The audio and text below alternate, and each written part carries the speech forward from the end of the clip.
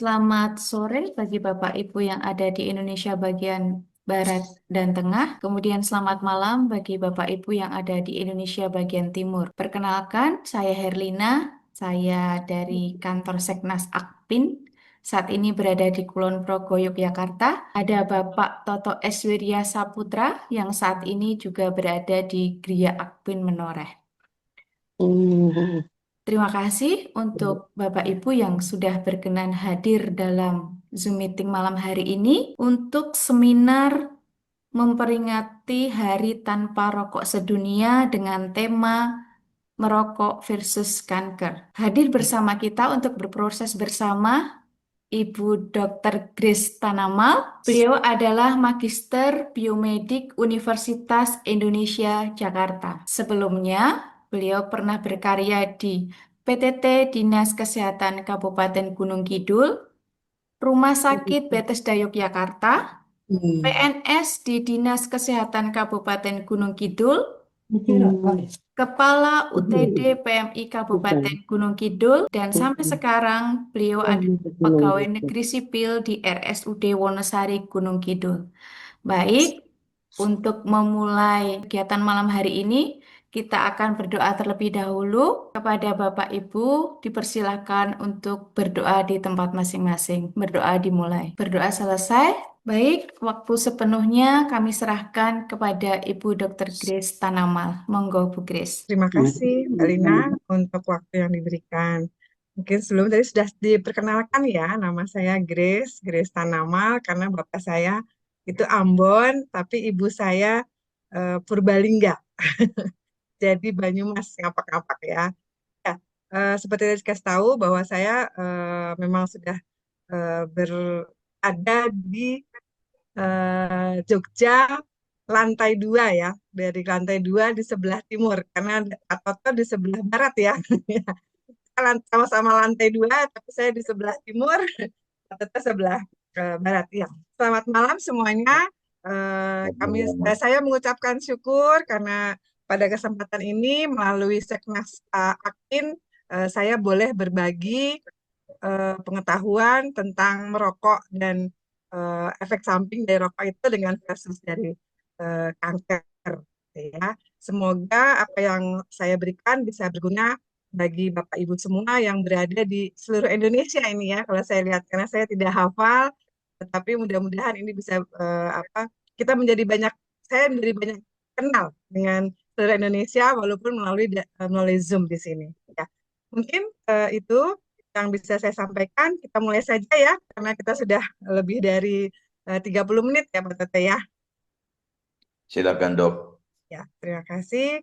Saya mulai saja. Saya mengambil merokok vs kanker ini karena memang akhirnya dari merokok itu ke kanker. Pasti akan ke kanker. Semua pasien yang kita sebagai manusia kalau merokok itu pasti arahnya nanti ujung-ujungnya itu ke kanker dan kemudian nanti dari kanker itu karena itu kanker itu berarti tumor yang sangat ganas dan bisa menyebabkan kematian. Baik saya kita ketahui di sini dibilang ada peringatan ya, dalam peringatan bila digunakan sesuai petunjuk ya kan, karena kita ini rokok itu dapat membunuh ya. Ini merupakan efek kesehatan akibat dari penggunaan tembakau yang terus-menerus ya. Nah, di sini kita bisa mengenali untuk dampak merokok pada kesehatan. Dan juga kita mengupayakan bagaimana nih untuk berhenti merokok. Yang pertama itu, rokok itu bisa menyebabkan kerusakan ya, kerusakan di hampir semua organ tubuh. Ya, nanti kita akan saya jelaskan itu bagaimana itu bisa sampai ke organ tubuh tersebut. Dan dari kerusakan itu 90% itu dapat menyebabkan kanker. Ya, karena merokok itu mulai dari mulut, terus kemudian tenggorokan, lalu kemudian dia akan ke paru-paru. Jadi dari merokok itu bisa menyebabkan kanker mulut, tenggorokan, dan paru-paru. Ya. Dan memang dari semuanya ini 75% itu bisa menyebabkan penyakit paru, ya kan? Misalnya asma, bronkitis kronis, atau emfisema. Segala penyakit paru itu memang bisa disebabkan salah satunya dengan merokok. Lalu ternyata setelah penelitian pun juga, ternyata 40% itu bisa menyebabkan stroke. Ya, karena nanti dijelaskan bahwa di dalam rokok itu ternyata banyak lemak-lemak yang akan menempel pada dinding-dinding pembuluh darah. Ya. Lalu kemudian dengan penyakit jantung pun bisa diakibatkan dari merokok tersebut. Dan itu bisa menyebabkan 30% menjadi kematian. Nah, akibat langsung merokok itu pada tubuh kita. Jadi pada saat kita merokok itu langsung jantung kita tuh meningkat, denyut jantungnya, detak jantungnya kita akan meningkat 15 sampai 25 kali per menit ya. Dan bisa menyebabkan tekanan darah ya. Lalu kemudian ya karena itu makanya aliran darah itu akan mengurangi aliran dari darah tepi di dalam tubuh kita. Terus kemudian itu bisa menyebabkan kekentalan darah di dalam tubuh kita. Lalu kemudian akan meningkatkan penggumpalan darah. Jadi dia mengurangi dulu, terus kemudian menjadi kental darah kita, dan kemudian akan menggumpal. Nah, dengan menggumpal berarti kan aliran darah tidak lancar, sehingga mengurangi temperatur jari dan kuku kita. Coba dilihat pada perokok-perokok berat itu biasanya jari-jarinya itu sudah kuning-kuning ya, tidak seperti kita yang sehat ini dia akan merah gitu ya. Lalu bisa juga memang meningkatkan adrenalin. Makanya di setiap iklan rokok itu pasti ada misalnya manjat tebing ya kan. Terus kemudian nanti ada apa namanya naik motor balapan karena memang rokok itu bisa menyebabkan adrenalin. Nah, juga ternyata bisa menyebabkan untuk mengurangi nafsu makan ya. Karena apa mengurangi nafsu makan itu? Jadi dari apa kandungan di rokok tersebut itu dia meningkatkan gerakan usus. Dengan gerakan usus yang ditingkatkan itu, jadi kita tidak ada rasa untuk lapar, ya, karena ususnya bergerak terus, ya. Lalu kemudian di situ juga menghalangi produksi cairan di dalam perut yang berguna untuk pencernaan. Jadi memang banyak ya, kadang-kadang kita yang perokok-perokok ini dia bilang supaya kami bisa menurunkan berat badan. Tetapi efek sampingnya kan ada yang lainnya juga ya, tidak hanya mengurangi nafsu makan, tetapi lebih ke kanker ini. Itu apa ya? Jadi rokok itu memang dibuat silinder ya dari kertas, biasanya berukuran 70 sampai 120 mm dengan diameter biasanya 10 mm. Dan di sini berisi daun-daun tembakau yang sudah dicacah ya. Dan kemudian itu pasti akan dibakar ya, karena mereka pencandu rokok ini atau penghisap rokok ini akan menghirup apa namanya asap tersebut lewat mulut dan di ujung lainnya di situ. Nah ini setelah diketahui bahwa rokok itu ternyata mengandung 7.000 bahan kimia. Saat waktu itu saya baru selesai PTT, saya juga disuruh untuknya itu masih 4.000. Nah, ternyata sekarang ini sudah ditemukan 7.000, berarti sudah naik dari apa setengahnya ya, dari 4.000 menjadi 7.000 bahan kimia. Dan di 7.000 itu ada 250 diantaranya bahan-bahan yang beracun dan merupakan karsiogenik di situ. Ya, karena sebagian yang terkandung di dalam daun tembakau itu dan dihasilkan apabila tembakau itu dibakar dan beberapa bahan dimasukkan saat pemrosesan pada rokok tersebut. Nah, di sini bisa kita lihat ya bahan kimianya yang tersebut yaitu ada antara nikotin, gas karbon oksida, tar, arsen ya, terus ini DDT, HCN, formalin.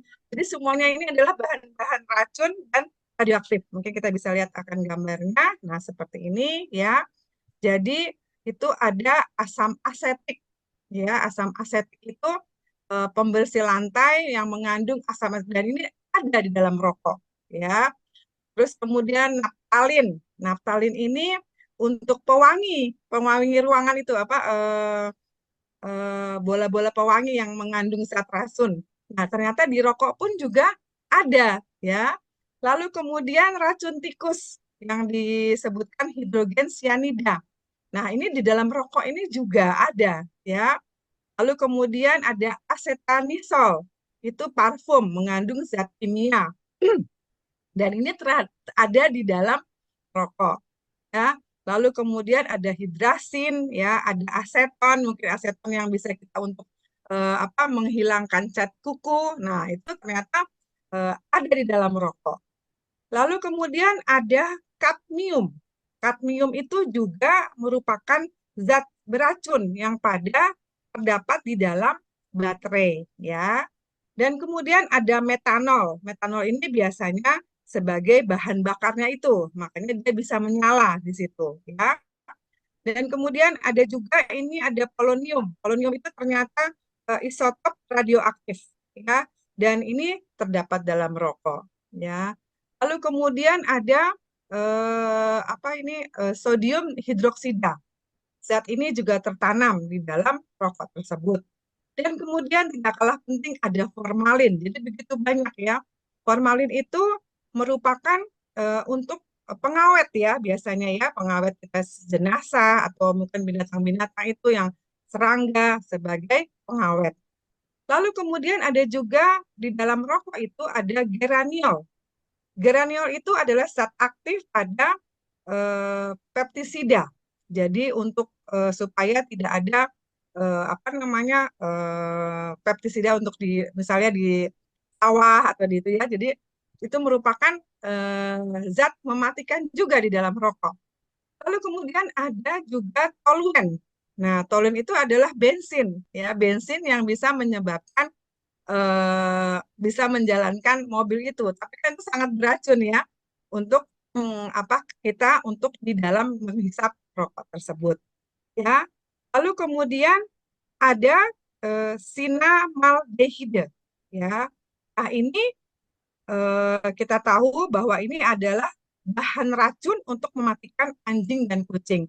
Nah, kita bisa tahu ya, anjing dan kucing saja tidak mau ya kalau sudah ada seperti ini dan mencium ini dia tidak akan mau. Makanya katanya anjing dan kucing itu tidak merokok.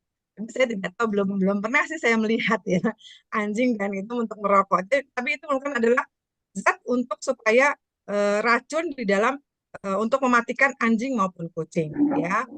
Lalu kemudian di situ juga ada urea. Seperti kita tahu, urea itu adalah zat pupuk ya, pupuk. Dan ini juga terdapat pada rokok. Padahal kita juga sebagai petani malah sebaiknya pupuk organik ya, bukan pupuk urea yang menyebabkan tanah itu menjadi gersang ya setelah diberikan pupuk tersebut. Biasanya seperti itu ya. Ya. Nah, bisa kita ketahui bahwa tadi ada banyak ya, ada 7.000, ada 250, dan yang paling penting adalah kandungan dari nikotin. Jadi memang tinggi sekali per batang itu, nikotin itu terdapat di dalam rokok itu 1,7 sampai 2,5 miligram. Ya. Lalu ada tar. Tar itu 28,1 sampai 53,2 miligram. Ada juga egenol. Egenol itu seperti alkohol ya. Itu untuk pembersih biasanya ya, 3,6 sampai 12,84 miligram. Nah, memang pada ini rokok kretek biasanya ya yang pada kandungan seperti ini. Dan memang ada juga untuk rokok putih. Makanya kadang-kadang dibilang bahwa rokok putih itu masih rokok untuk kesehatan gitu ya. Karena di situ diberitahu bahwa memang nikotinnya agak berkurang di situ ya, 0,5 sampai 1,4 miligram nikotin ya. Lalu kemudian pada ini juga 0,5 sampai 24 miligram. Nah, di sini dibilang bahwa perokok itu ya, perokok itu adalah jadi cigarette are highly efficient nicotine delivery device ya. Jadi merupakan bentar saya ini kan. Jadi rokok itu adalah alat penyalur, ya, penyalur nikotin yang sangat benar-benar efisien, ya, dari dibilang sangat highly, ya, highly efisien, karena nikotin itu telah terbukti, ya, bahwa telah terbukti memiliki efek pada sistem dopamin dari otak kita, ya, yang mirip dengan obat-obatan seperti heroin dan kokain, ya. Nanti bisa dijelaskan bahwa bagaimana kerjanya nikotin itu pada otak kita, ya. Otak kita sebagai manusia menjadi menginikan rokok, ya, mencandu rokok, ya. Nah, juga untuk tar. Tar itu ternyata dia menempel, ya, melekat pada tembakau. Nah, tar itu terdiri dari 4.000 jenis dari zat kimia di situ, ya. Dan tar ini yang bisa menyebabkan penyakit jantung dan pembuluh darah. Dan ini yang terutama juga pada kanker paru maupun kanker lainnya. Penyakit paru obstruktif, ya, PPOK, yang biasanya dia sesek, ya, tidak sembuh-sembuh, penyakit paru obstruktif kronik. Jadi dia batuk atau sesak yang tidak sembuh-sembuh. Nah, ini biasanya nanti akan larinya akhirnya bisa ke kanker di situ. Nah, ini memang banyak dikaitkan dengan tar. Lalu kemudian kita juga tahu, ya, bahwa katanya rokok ada labelnya mild, high, low tar, ya, gitu, ya. Tapi sebenarnya itu sama saja semuanya. Tidak memacu untuk bertambahnya jumlah batang rokok yang dihisap untuk memenuhi malah kebutuhan dari nikotin tersebut. Nah, ini tadi CO, ya, karbon monoksida, ini merupakan 4%, ya, yang terdapat di asap rokok. Dan itu mempunyai daya lekat yang lebih besar terhadap sel darah merah dibandingkan dengan oksigen. Makanya tadi dia melekat pada sel darah merah, makanya membuat aliran darah menumpuk, ya, tidak mengalir dengan baik. Kemudian karbon monoksida ini juga menggantikan oksigen pada sel darah merah, ya. Padahal kan sel darah merah itu malah dia eh, harusnya lebih banyak oksigennya, tapi dia karbon monoksida yang malah terikat oleh sel darah merah tersebut, ya. Nah, rata-rata pada perokok aktif, ya, mempunyai 2,5 atau 13,5 karbon monoksida hemoglobin, ya, hemoglobin. Nah, pada darah merah tersebut lebih banyak, ya, dibanding yang bukan perokok. Padahal kan karbon monoksida kita tahu bahwa itu adalah suatu zat yang sangat bisa menyebabkan jadi oksigen, jadi dia lebih banyak mengikat Hb itu sel darah merah itu pada karbon dioksida, harusnya pada oksigen tapi karbon dioksida di situ, ya. Nah, ini juga bisa menyebabkan banyaknya kolesterol pada pembuluh darah arteri. Nah, makanya tadi dibilang bahwa salah satu penyebab rokok itu bisa menyebabkan stroke karena dia meningkatkan kolesterol itu yang menumpuk pada pembuluh darah di situ, ya. Lalu kemudian karbon monoksida juga menurunkan kemampuan untuk melihat, ya, terus menilai serta mengurangi kepekaan terhadap suara karena dia masuk ke dalam kan kita menghirup dari mulut terus ke tenggorokan di situ. Nah, jadi tenggorokan itu kan ada pita suaranya, nah, makanya menyebabkan kepekaan pada suara tersebut berkurang. Nah, ini yang tadi saya itu bahwa dengan merokok apa nih yang terjadi dalam waktu kita pada saat merokok. Jadi pada saat merokok nikotin yang pada apa namanya pada rokok tersebut dia akan mengalir kan karena dihisap mengalir ke dalam tenggorokan, mulut, tenggorokan, terus paru-paru dan kemudian dia akan merangsang otak kita. Nah, otak kita itu yang merangsang itu adalah nukleus accumbens, ya, 17 FTTA.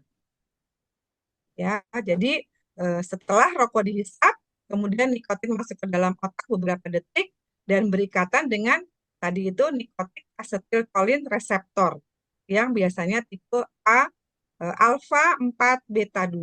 Bisa kita lihat di sini nanti. Nah, seperti ini, ya. Jadi kita ini setelah kita merokok, nikotin itu kan akan terserap ya di dalam darah, ya di dalam tadi paru-paru terus ke otak, di dalam otak ini, lalu dia akan membentuk yang namanya reseptor alfa 4 beta 2 yang menerima nikotin tersebut, menerima rangsangan dari nikotin tersebut. Nah, dengan dia menerima nikotin, nikotin itu akan melepaskan dopamin. Nah, dopamin ini adalah zat pada otak yang menyebabkan adanya rasa nyaman, rasa nyaman. Lah, makanya kalau kita misalnya sudah merokok, terus tiba-tiba nggak merokok aja berapa jam, nah, zat dopamin tersebut akan berkurang kan di dalam otak kita. Nah, kemudian makanya akan menimbulkan keinginan untuk merokok di sini. Makanya akan berulang terus, ya. Karena katanya kalau kita merokok mendapat apa namanya inspirasi seperti itu ya. Nah ini karena memang ada zat nikotin itu yang merangsang reseptor alfa 4 B2 ini, beta 2 ini yang kemudian melepaskan dopamin. Dopamin ini menyebabkan rasa nyaman ini akan berkurang kalau kita tidak merokok kan pasti akan berkurang lagi untuk karena rangsangan dari dopamin itu. Nah, sehingga dia ingin kembali untuk merokok di situ. Makanya kenapa orang-orang yang sudah perokok itu tidak bisa terlepas dari eh, untuk tidak merokok karena ada reseptor ini. Sekarang ini kan sudah modern ya, rokok elektronik namanya, vape ya, vape. Sebenarnya memang rokok elektronik ini dibuat itu supaya tidak ada, jadi hanya untuk supaya perokok-perokok itu tidak ada nikotinnya di situ. Tapi kan ternyata kalau nikotin itu kan yang membuat kita menjadi semakin nyaman di situ ya. Nah, dulu itu memang pada tahun sebelum sekitar 2004 dibuat itu supaya perokok-perokok ini bisa merasakan tetap merokok tapi tanpa nikotin karena kan dia ada isinya diisi gitu istilahnya ya dengan itu. Tapi ternyata di tahun 2009 setelah diteliti malah lebih banyak penyakit yang disebabkan oleh rokok oleh vape tersebut di situ ya. Jadi rokok elektronik itu memang dibuat karena supaya perokok-perokok ini bisa mengalihkan ke vape itu, tetapi vape itu tidak diisi oleh nikotin gitu loh istilahnya. Tapi kan namanya pabrik rokok, wah kok kayaknya nggak enak kalau nggak ada ini. Akhirnya dikasih nikotin juga dalam vape tersebut atau di rokok elektronik tersebut ya. Nah ini di sini juga rokok elektronik itu ada aerosolnya. Jadi hasil pemanasan dapat mengantarkan zat seperti nikotin ternyata di situ ya atau tetrahidrokannabinol ya. Di sini bahasa Latinnya atau disebut THC kalau diistilahkan. Nah, tadi kita tahu ya kalau kandungan dari rokok kretek atau rokok biasa seperti ada, tapi di sini ternyata juga ada nikotinnya ya. Terus kemudian ada formalin, formalin itu sebagai pengawet dari mayat. Yang tadi kita tahu ada partikel logam yang juga memberikan kerusakan pada paru. Lalu kemudian juga ada apa namanya akrolin ya, dibilang bahwa pembuat parfum dari pembuat pewangi ya atau pembuat plastik ada partikel silika juga, penyebab kanker dari paru. Lalu kemudian ada acetaldehyde ya, pelarut pewarna atau karat sintetis. Nah, kita bisa tahu di sini ya bahwa apa namanya rokok elektronik ini bentuknya seperti ini ya. Jadi ini ada baterainya. Ya, di sini ada baterainya. Terus tapi dengan baterai ini ada di dalam baterai ini ada liquidnya, ada propionol glikol, gliserol, nikotin, terus ada perasanya dan ada segala macam katanya ada vitaminnya juga di situ ya. Lalu kemudian di sini juga ada wireless ya, ada atmosfer, ada fiberglass wick, ada solder untuk joinnya itu. Lalu kemudian ini ada pemanas, heating element of atomizer di situ ya. Di sini ada cartridge-nya juga, lalu kemudian ini yang untuk kita menghisapnya ya. Padahal di hisap ini ada aerosolnya ini yang tadi kita bisa menyebabkan macam-macam penyakit tersebut di situ. Ya, ada gliserol, ada nikotin. Jadi kita tetap aja dengan rokok elektronik itu elektronik ini kita juga menghisap dari zat-zat kimia tersebut di situ ya. Cuman memang asapnya itu karena sudah dibakar, asapnya tidak seperti rokok kretek atau rokok yang biasa ya di situ. Nah ini ya ternyata dari kita bilang elektrik atau ya elektrik sigaret ini ternyata sudah banyak generasinya. Sampai saat ini generasinya itu sudah dari dulu ada generasi kelima. Jadi mungkin sudah dimodifikasi lebih baik, tapi tetap saja bahwa kandungannya itu yang tadi saya bilang bahwa tetap saja untuk dapat menyebabkan kerusakan pada paru yang akhirnya menjadi kanker di situ.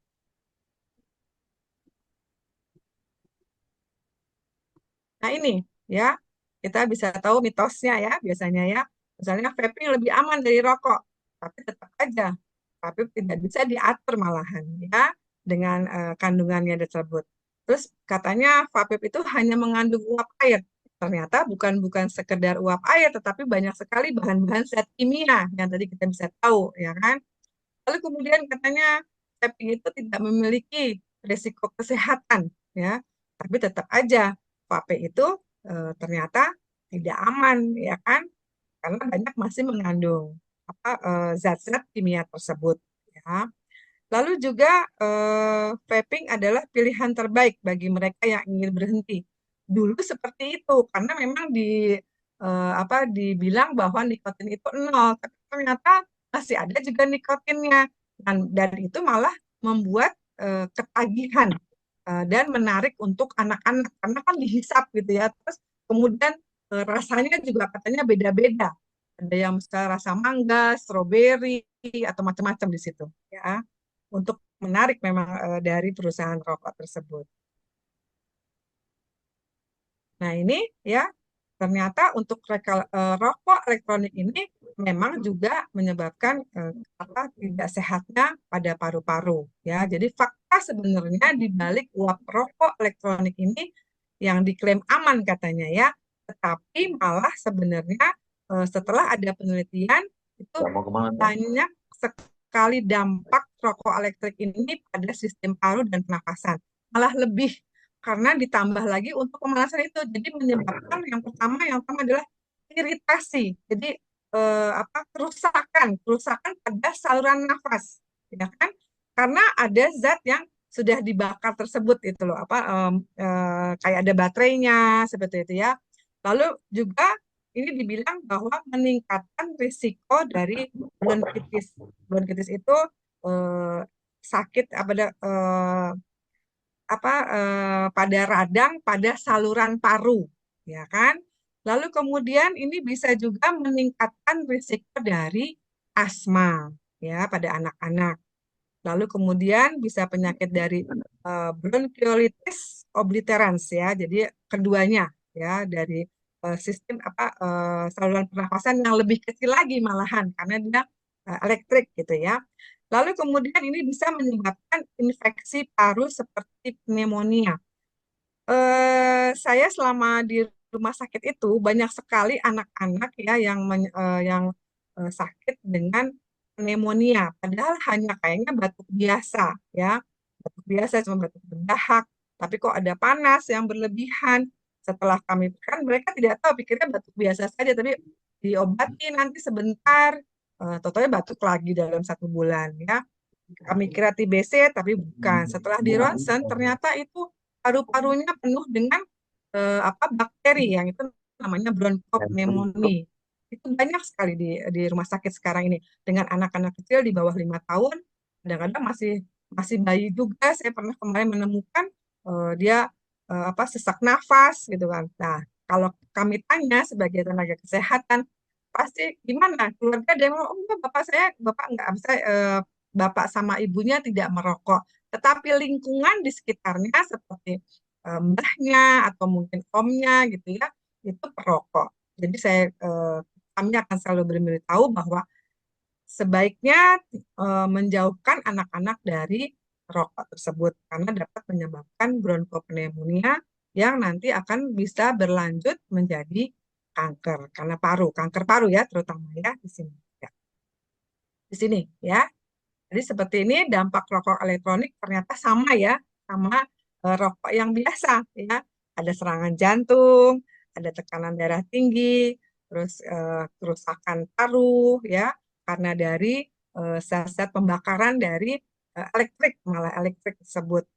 Kanker udah pasti ya, jadi semua yang merokok pasti itu akan terjadi kanker dan kemudian stroke di sini ya. Jadi ternyata sama saja setelah sampai tahun 2019 penelitian dari 2004 itu ternyata dampak dari rokok elektrik itu sama saja dengan rokok kretek atau rokok putih yang kita hisap seperti biasa itu yang dibakar melalui bukan elektrik, istilahnya bukan dari listrik ya, malah lebih bahaya sebenarnya. Nah ini ya, jadi mau rokok kretek ataupun juga rokok dari asap rokok yang elektrik itu semuanya eh, punya bahan-bahan peracun yang tadi itu ya yang kita sebutkan ya, ada baterai mobil, ada semua itu karakternya ya. Ada korek api gelas, terus ada dari aspal, knalpot, bahan lem itu ya. Jadi semuanya itu rata dari asap rokok ini sama asap rokok yang elektrik maupun juga asap rokok yang kretek di sini. Nah, ini yang bisa kita tahu bahwa menghisap rokok atau terpapar ya, terpapar itu berarti orang yang tidak merokok, tetapi kita ada di sekitar orang-orang yang merokok di sini. Ya, jadi asap rokok itu dia akan melembahkan dinding paru, ya kan? Dengan dia lemah, berarti dia tidak bisa berkontraksi dengan untuk memberikan kita oksigen ya, memberikan udara ya yang baik. Lalu sehingga dia dapat juga menyebabkan emfisema, yaitu bengkak di paru-paru sekitar di alveolirnya di dalam paru-paru ini ya. Jadi makanya penderita itu akan mengalami sesak nafas dan rasa lemas di sini ya. Ini yang dia membuat bengkak. Jadi bengkak bengkak besar-besar jadinya. Harusnya kecil-kecil jadi besar-besar, makanya sehingga menghambat untuk adanya udara atau oksigen yang masuk di dalam paru-paru ya. Dan kemudian ini asap rokok bisa mengakibatkan adanya sakit pada bronkitis ya, pada radang dari saluran pernafasan yang bisa menghasilkan batuk terus-menerus ya, sehingga menghasilkan lendir ya di dalam saluran dari pernafasan tersebut. Makanya dia akan lebih sukar untuk bernafas di sini. Nah, ini asap rokok dengan second hand smoker ya.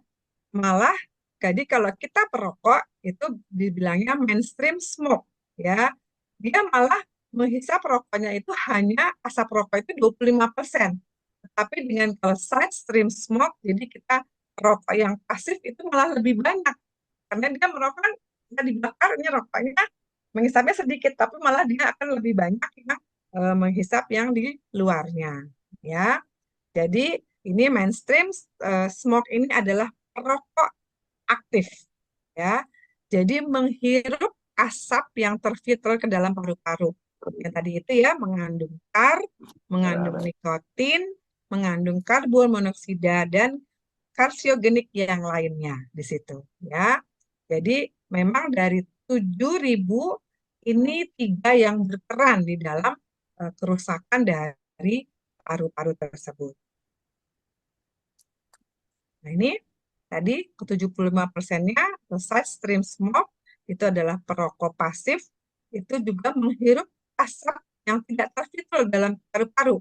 Jadi kan kalau perokok itu kan, kalau di dalam rokok itu kan ada filternya, dia malah bisa terfilter. Tapi kalau kita perokok pasif, dia kan membuang. Nah itu malah tidak ada filternya ke dalam paru-paru. Makanya malah diteliti bahwa tar dan nikotin di dalam perokok pasif itu malah lebih 3 kali lipat dari situ ya. Lalu karbon monoksidanya 5 kali lipat dan zat-zat karsiogeniknya malah 50 kali lipat. Ini mudah diteliti.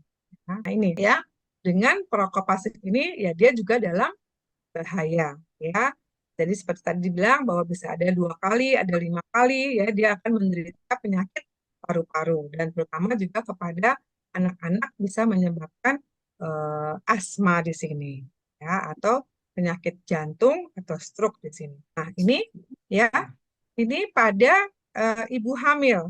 Mungkin terlalu besar ya nanti kalau itu. Jadi ini perokok pada ibu hamil. Kita juga ini kan sedikit ya menerangkan sedikit tentang pada ibu hamil yang masih merokok, ya kan? Nah, merokok ini bisa mengakibatkan bayi itu menjadi berat badannya lahir rendah, ya kan? Karena dia dihisap, jadi paru-parunya tidak berkembang dengan baik, ya kan? Tadi juga dibilang kan bahwa rokok itu bisa menyebabkan lendir dari apa namanya lendir dari pencernaan itu berlebihan sehingga nafsu makan atau penyerapan dari makanan itu berkurang ya sehingga dapat menyebabkan berat badan lahir rendah malah bisa kematian janin terus kemudian lahir prematur ya terus mempunyai paru-paru yang kecil dan bisa mati bisa tidak berkembang maksudnya itu ya mengalami kesukaran bernafas mengalami masalah tumbuh dan kembang. Nah ini bisa juga pada ibu mengalami kesukaran pada melahirkan anak. Karena kan dengan melahirkan normal, kita harus banyak apa biasanya kan apa nafas menarik nafas gitu kan. Nah ini kan dengan paru-paru yang sudah tidak sehat, nah itu mengalami kesukaran dari melahirkan ya. Lalu kemudian juga pada anak-anak biasanya tadi dibilang prematur ya, karena lahirnya prematur ya. Lalu kemudian mengalami perdarahan, terus mendapatkan mungkin eh, anak tersebut meninggal di dalam tahun pertama ya. Maksudnya anak itu sudah lahir tapi pada tahun pertama sudah bisa karena kesukaran dari bernafas tersebut.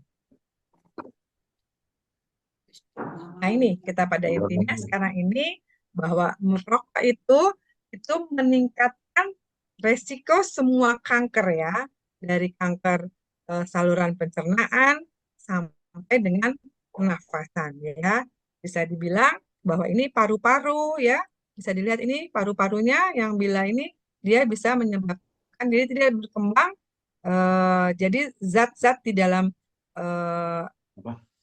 sel-sel di dalam paru tersebut tidak berkembang dengan baik di sini ya. Lalu kemudian ada di dalam mulut ya, pada laring, pada esofagus, pada hidung ya, pada lambung, lalu pada pankreas di situ juga ya. Lalu kemudian dapat juga menyebabkan penyakit dari ginjal ya. Ada leukemia, ada kandung kemih dan leher rahim. Jadi memang apa zat-zat tersebut karena memang karsiogenik dan itu kan terus menerus ya kan dia merokok yang dapat menyebabkan kanker tersebut. Nah, bisa kita lihat ini, nah di sini ya, di sini jadi kita bisa tahu kanker itu adalah neoplasma ya, jadi sel pada suatu organ di dalam tubuh yang mengalami pertumbuhan dalam abnormal ya dan tidak terkoordinasi dan atau tidak terkendali sehingga dapat membentukkan suatu jaringan.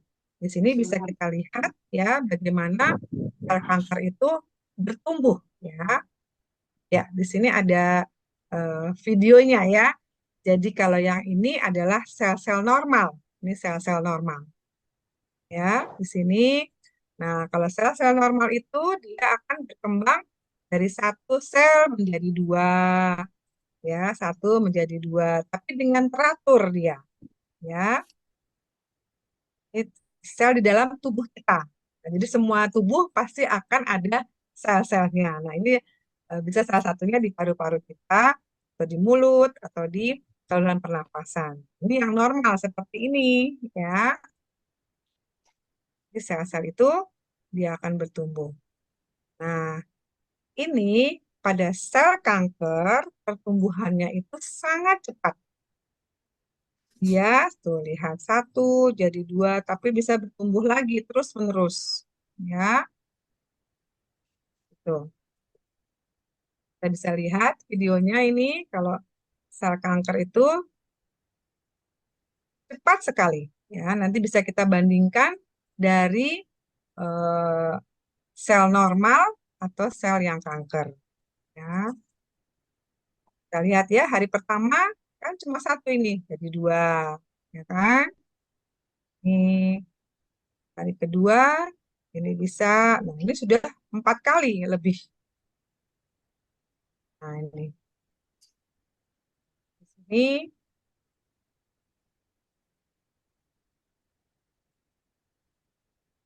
ya, ya, jadi begitu cepat 5 hari saja dia sudah berkembangnya, makanya kan menjadi seperti benjolan, ya kan? Ini karena dalam 5 hari apa sel kanker itu sudah bisa bertumbuh dengan cepat di situ. Ya, jadi tumor ganas itu lebih cepat. Jadi malah mengalahkan organ yang dari asalnya karena dia melakukan apa transformasi dan dapat menyebabkan ke organ lain. Ya. Nah ini seperti kita ketahui bahwa kanker bisa apa rokok itu dapat bisa menyebabkan kanker, bisa dilihat dengan adanya kanker itu kan katanya dengan kita ada tembakau ya kan itu katanya kita menerima cukai. Cukainya itu bisa 147,7 ya kan.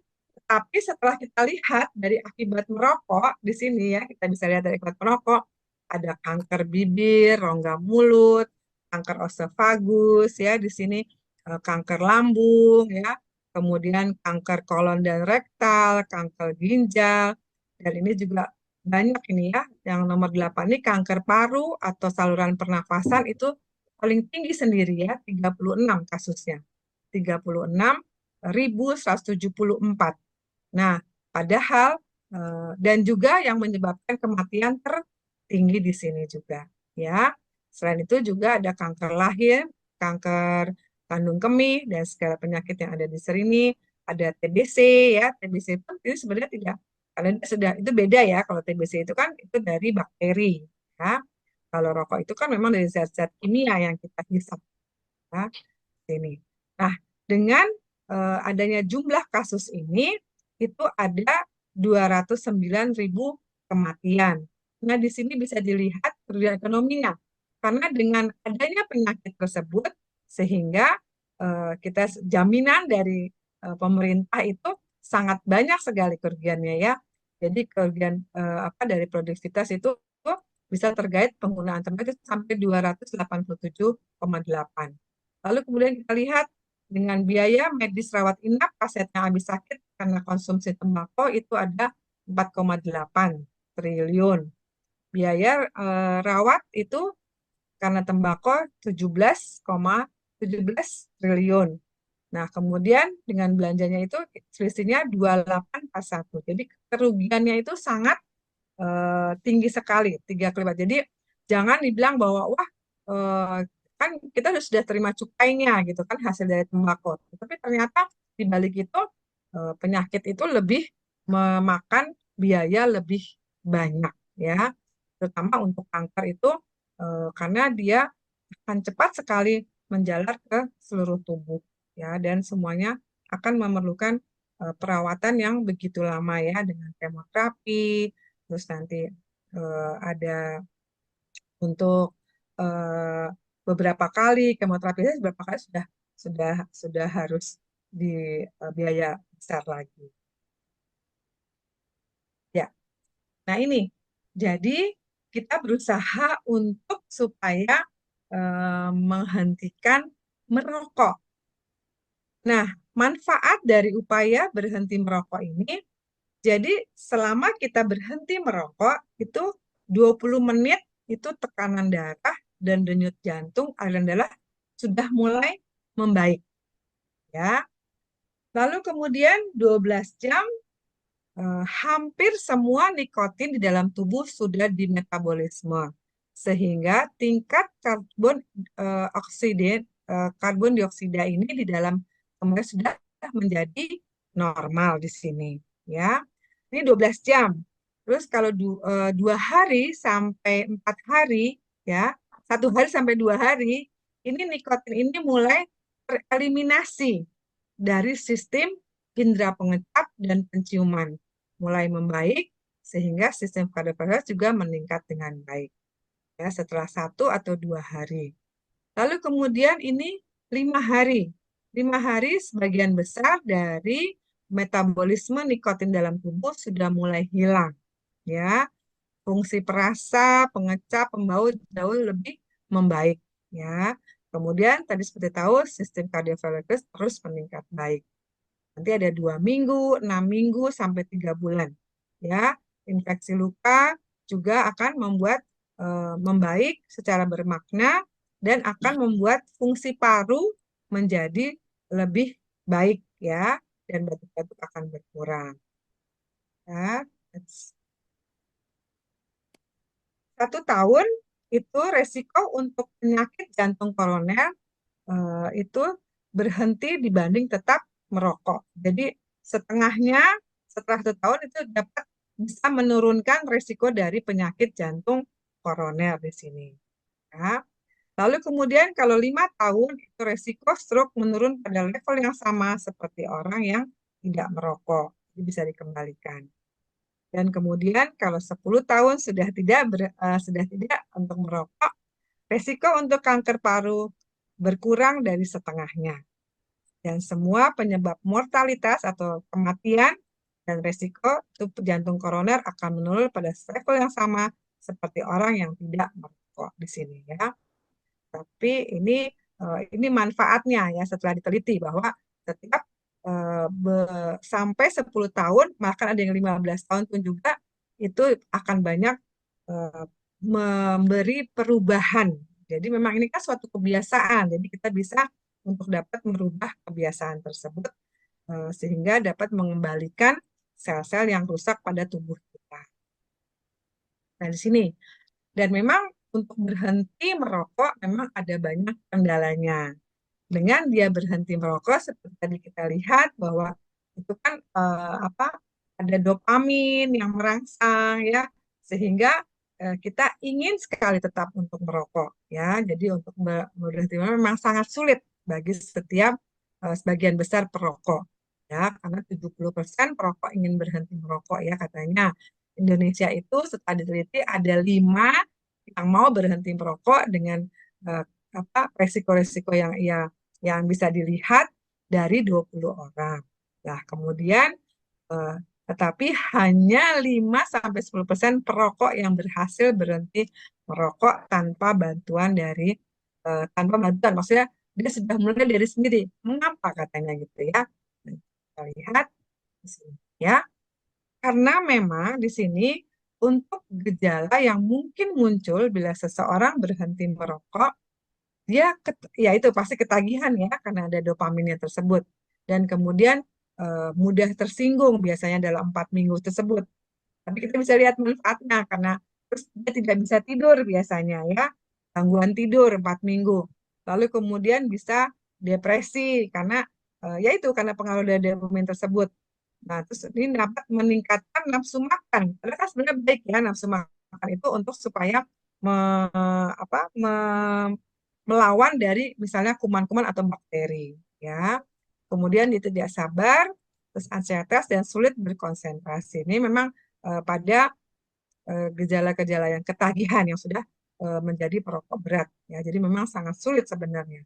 Tetapi bisa kita sarankan seperti tips untuk berhenti merokok ya. Jadi kita memulai dengan niat yang kuat ya, harus ada niat yang kuat, harus ada mungkin seperti ini ada nazar gitu ya untuk berhenti merokok. Lalu kita disarankan untuk membuat catatan harian tentang keburukan merokok apa saja tadi itu ya. Apa aja nih merokok? Ternyata merokok itu bisa dari segi keuangan, ekonomi itu sangat ini sekali kan. Misalnya satu rokok aja sehari, satu rokok misalnya sekarang dia udah 25.000 apa ya. Kalau dulu kan 15.000 masih bisa. Tapi ada juga yang masih murah-murah ya yang jual itu ya. Itu. Nah, itu kita hitung saja. Sehari misalnya dia 3 rokok 15.000, 45.000. 30 sudah berapa? Setahun sudah berapa? Malah bisa ditabung untuk anaknya nanti untuk bersekolah. ya kan? Lalu ini menjauhkan diri dari segala hal yang memunculkan keinginan untuk merokok. Jadi memang kita juga apa namanya menjauhkan. Maksudnya gini, kadang-kadang kita sebagai yang cowok-cowok nih ya, terutama ya, sama laki-laki, kita berkumpul sama-sama. Kalau ada satu yang merokok, malah akhirnya bisa memunculkan untuk keinginan, cobalah cuma satu ini gitu ya. Tapi setelah itu kan nanti bisa akan menambah lagi, ya kan. Lalu kemudian minum atau makan buah apabila, jadi kalau memang sudah ada muncul itu, kita makan, minum atau memakan buah untuk mengalihkan keinginan kita untuk merokok, ya. Lalu kemudian menyibukkan diri dengan aktivitas olahraga atau hobi yang positif. Menggantikan merokok dengan mengkonsumsi suplemen, ini juga bisa untuk vitamin atau mungkin dari lebih baik minum makan atau dari buah-buahan. Ya, tidak berhenti di situ saja. Ini dari kita, dari diri kita, tetapi dari pemerintah juga dari khususnya Kemenkes ini mempunyai memang strategi ya untuk pengendalian konsumsi dari tembakau ya. Jadi di sini ada yang istilahnya namanya Empower.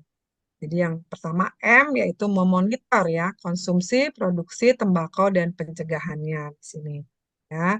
Kemudian ada perlindungan dari paparan asap orang lain yang disebut nanti kita akan menginikan KTR ya, kawasan tanpa rokok. Lalu mengoptimalkan dukungan layanan berhenti merokok. Jadi kita sudah ada juga mungkin nanti di setiap kabupaten atau provinsi dari masing-masing Bapak Ibu sudah ada layanan untuk berhenti merokok ya. Kemudian waspada masyarakat yang bahaya konsumsi dari tembakau tersebut ya. Lalu kita mengeliminasi ya iklan atau promosi dan sponsor dari produk tembakau. Sudah bagus untuk Kulon Progo ya, Yogyakarta bisa menjadi contoh. Mungkin tempat lain bisa kita dari kita. Nah, ini meraih kenaikan harga rokok melalui peningkatan cukai dengan pajak rokok. Nah, ini untuk strategi perlindungan dari asap rokok orang lain yaitu dengan kawasan tanpa rokok. Jadi memang kami di Jogja ini sedang menggalakkan kawasan tanpa rokok. Nah, ini kenapa harus ada kawasan tanpa rokok, ya kan? Jadi merokok itu juga orang kan pasti bilang, wah merokok itu kan ini saya sendiri, saya punya hak juga untuk merokok. Dan jangan lupa juga untuk hak asasi manusia itu juga kita mendapatkan udara dan lingkungan yang bersih. Jadi dibuatlah KTR tersebut. Nah, seorang anak atau bawahan itu kan tidak punya kemampuan atau tidak bisa protes, ya kan? Makanya kita ada dibuat kawasan tanpa rokok ini karena memang dari hak asasi manusia juga kita juga harus mendapatkan udara dan lingkungan yang bersih. Ya, asap tidak bisa dilarangkan pun. Yang bisa dilarang adalah orang yang merokok tersebut. Jadi makanya kawasan tanpa rokok. Nah, di sini di dalam Kemenkes juga sudah ada undang-undangnya untuk perlindungan dari paparan asap rokok orang lain ya. Jadi ada Undang-Undang Amanahnya nomor 17 tahun 2023 tentang kesehatan pasal 151 bahwa pemerintah daerah wajib menetapkan dan mengimplementasikan kawasan tanpa rokok di wilayahnya. Jadi diharapkan ada 7 kawasan tanpa rokok ya, tempat belajar ya kan, kemudian memfasilitasi pelayanan kesehatan, terus tempat bermain ya, kemudian tempat ibadah, sarana transportasi, tempat kita bekerja, tempat umum lainnya. Jadi memang eh, untuk kepatuhan dari kawasan tanpa rokok ini kita ditemukan yang pertama tidak ditemukan orang merokok di dalam gedung, tidak ditemukan ruang merokok di dalam gedung, tidak ditemukan puntung rokok, tidak ditemukan penjualan rokok, tidak ditemukan asbak atau korek api, Jadi tidak ditemukan iklan atau promosi tentang rokok, tidak tercium bau asap rokok atau ada tidak ada tanda. Jadi prinsip 100% kepatuhan ini ada 8 prinsip di sini ya. Nah, ini mudah-mudahan untuk tidak hanya Jogja tapi semua mungkin dari diri kita pada malam hari ini untuk supaya kita lebih menggalakkan untuk kawasan tanpa rokok karena kita tahu merokok itu lebih banyak kerugiannya ya, kerugian dari finansial maupun juga kerugian dari kesehatan kita yang bisa menyebabkan kanker tersebut. Nah, di sini supaya diminta agar kawasan tanpa rokok ini bisa diperlakukan. Contohnya kalau kami sebagai ASN di Gunung Kidul, khususnya di rumah sakit kami, kalau ketahuan tidak merokok, ketahuan untuk merokok saja ketahuan, itu kami dipotong uang untuk jasa medis kami, bukan gaji, tapi jasa medis. Karena kan kami ke rumah sakit ada jasanya ya, jasa medis untuk jasa pelayanan. Nah, itu jasa pelayanan maksudnya itu akan dipotong sebesar katanya 50.000 setiap ketahuan bahwa merokok di situ dalam lingkungan kami sebagai di rumah sakit khususnya di situ ya. Oke. Nah, ini terima kasih. Mungkin ini bisa kita jadikan ini rokok bagaikan jadi bom waktu yang siap membunuhmu ya. Jadi mulai sekarang kita matikan rokok kita dari sebelum dia mematikan kita. Mungkin itu yang bisa saya sampaikan pada kesempatan ini. Saya kembalikan kepada, mungkin ada pertanyaan atau bagaimana Mbak Lina? Baik, terima kasih Bapak Ibu semua. Eh, dalam sesi tanya jawab ini, saya mempersilahkan kepada Bapak Ibu untuk berpendapat atau menanyakan dengan cara raise hand terlebih dahulu. Silahkan. Jadi mungkin, apakah mungkin kita tanya dulu kali ya, apakah di tempat Ibu Bapak sudah ada kawasan tanpa rokok dan sudah berlaku? Ya, tapi ngeyel. Oh, ya. Ya, ya Bu Naning ya. Ya, memang kayaknya itu sudah dari 2004 ya Bu ya untuk kawasan Ya, tanpa rokok itu. Tetapi ini sepertinya tahun ini baru digalakkan kembali dengan segala Kalau peraturan-peraturan untuk di daerah. sini sudah ya Ya, ya terserah. Pak. Sudah ya. Iya. Oh ya. Oke, Eh, boleh saya lanjut? Boleh, Silahkan boleh. Pak Martin. Silahkan. Oke. Oh ya. Eh, ya tadi mengenai bahaya yang misalnya bahaya merokok, termasuk bagi anak-anak. Nah, Ya. artinya begini, mau tidak mau ketika anak-anak berada pada lingkungan itu, ya berada pada lingkungan itu. Nah, memang kita berharap kita menjauhkan, kan gitu, supaya ia tidak berada pada lingkungan itu, tidak ini. Tapi persoalannya adalah dia mau tidak mau bersosialisasi dengan yang di lingkungan itu. Nah, kita mau menarik dia, tetapi kan dia tidak bisa bersosialisasi. Kita mau kurung dan bagaimana, dan kira-kira apa solusi yang lebih tepat itu? Baik Pak Martin, ada tanya aja. Langsung saya jawab aja ya. Langsung saya jawab Dok. ya. Silakan. Silakan Ya. langsung. Baik. Ya. Jadi ini intinya menjauhkan rokok dari anak-anak, padahal anak-anak itu kan juga bersosialisasi dengan lingkungannya gitu ya Pak ya. Ya. Jadi mungkin ini menjadi suatu contoh kita dari keluarga dulu ya Pak ya. Jadi dalam keluarga itu apakah ada yang merokok di situ ya. Nah, saya sih pengalaman dari kebetulan suami saya tidak merokok kebetulan ya.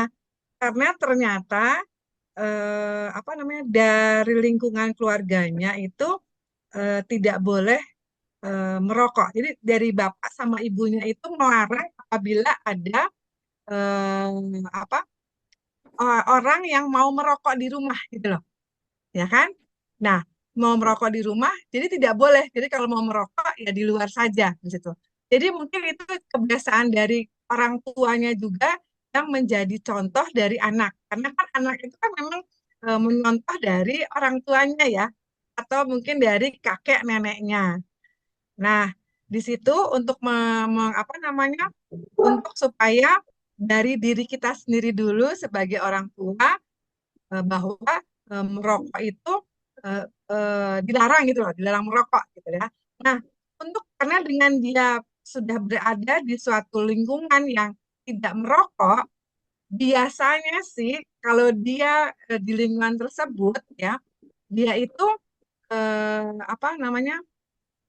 Jadi tidak ikut merokok. Jadi dia sudah ditanamkan dari sejak dia kecil kalau menurut saya untuk itunya. Ah, tapi kalau misalnya nanti dia di lingkungan itu ternyata dari bapaknya atau ibunya atau kakaknya atau omnya itu ada yang merokok, nah dia tuh pasti sudah meniru. Jadi memang untuk ininya kita mendidik anak itu untuk maksudnya dari diri kita sendiri sebagai orang tua memberikan contoh bahwa kita tuh tidak merokok gitu loh. Kalau menurut saya mungkin seperti itu ya. Jadi dan bisa juga menjelaskan bahwa apa tidak ada sesuatu yang berguna pada rokok tersebut. Yang pertama misalnya, kita pasti membeli rokok. Dengan membeli rokok, berarti kan nanti uang jajan kita akan berkurang. Maksudnya untuk jadi malah beli rokok, bukan membeli makanan misalnya di situ. Ya kan malah membakar istilahnya, tidak ada keuntungannya. Nah dengan membakar itu malah membuat tubuh kita itu menjadi tidak sehat di situ loh. Hanya menjadi merupakan apa kenikmatan atau kesenangan secara apa sebentar gitu loh menurut saya.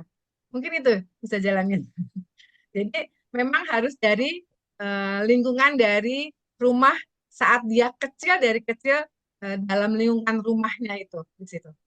Kalau pengalaman saya gitu. Jadi dia sudah diperkuat dalam lingkungan bahwa merokok itu tidak baik di situ. Jadi tamu pun yang mau misal datang ke rumah kita kan kalau orang Indonesia masih tak ini ya nggak enak masa tamu nggak boleh merokok di rumah. Tapi memang dari situ saya lihat dari orang tua dari ini dan apa tidak boleh merokok di dalam rumah tersebut gitu loh. Mungkin itu ya yang menjadi bisa memberikan apa contoh dari dalam rumah tersebut dulu. Itu mungkin. Ya, gimana Pak Martin? Mungkin ya. Mungkin itu yang bisa saya ini kan. Lalu kemudian sudah cukup jelas nggak Pak Martin kalau menurut saya gitu loh. Ya, jadi dari lingkungan di rumah tersebut, ya, khususnya untuk yang paling terdekat kan ibu sama ayahnya.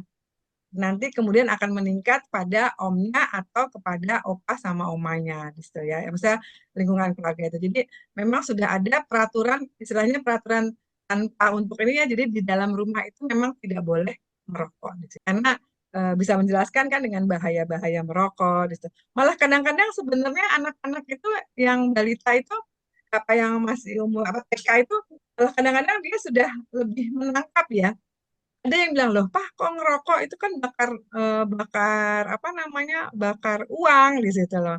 Jadi memang itu ditanamkan dari sejak dia sejak kecil dengan lingkungan dalam keluarganya di situ. Ya. Jadi, mungkin ini bisa saya jawab. Ada pertanyaan ya. Di sini bagaimana menangani budaya merokok yang menjadi bagian dari adat. Karena kalau di Toraja, rokok itu bagian dari pergaulan dan juga keramahan. Nah, di sini ya. Ya, memang di sini memang berat ya. Karena memang kan sudah dari lingkungannya ya. Dari lingkungannya itu sudah, maksudnya secara pergaulan itu, apa, jadi rokok itu merupakan jadi pergaulan. Jadi kalau kita kumpul-kumpul gitu ya untuk merokok. Nah, mungkin kita bisa mulai dari diri kita sendiri gitu ya.